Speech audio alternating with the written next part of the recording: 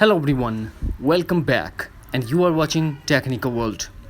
If you lost Reels option in your Instagram account, then keep watching this video until the end, because today in this video I'm going to show you how to fix this issue. So without wasting any time, let's get started. Now take the screenshot of your Instagram. Then update your Instagram app and tap on your profile.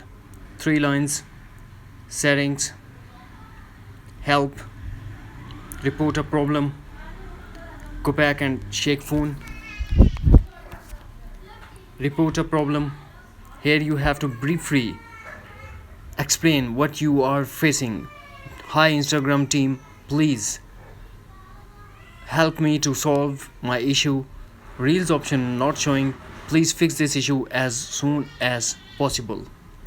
Now tap on upload and select the screenshot that you have taken.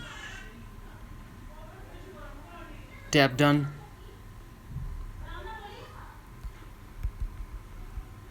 Next, and send a report. That's it.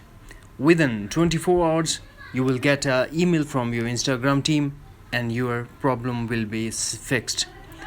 Hopefully friends, you found this video helpful, so please don't forget to subscribe, like and share with your friends and family. Thanks for watching. Take care. Bye bye.